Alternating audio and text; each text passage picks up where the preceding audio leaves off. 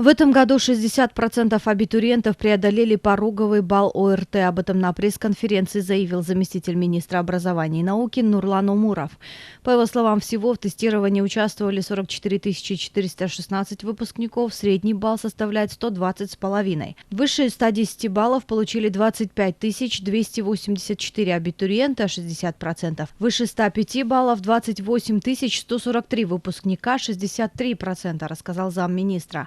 Для тех, кто подает заявку на зачисление в вузы на бюджетной основе, пороговый балл по основному тесту составляет 110 баллов, по предметному тесту – 60. Для тех, кто подает заявки для обучения на контрактной основе, пороговый балл установлен на уровне 105 баллов, за исключением медицинских и фармацевтических специальностей.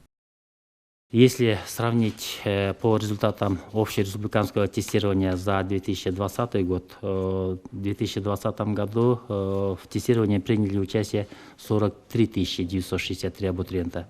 Средний балл участников прошлого года составила 120,2 балла.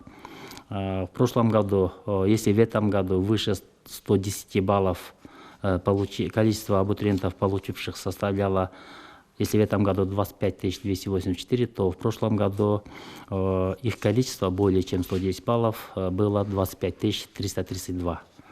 А выше 105 баллов в прошлом году было 28 180, а в этом году, еще раз повторюсь, 28 143. То есть это показывает примерно одинаковый уровень.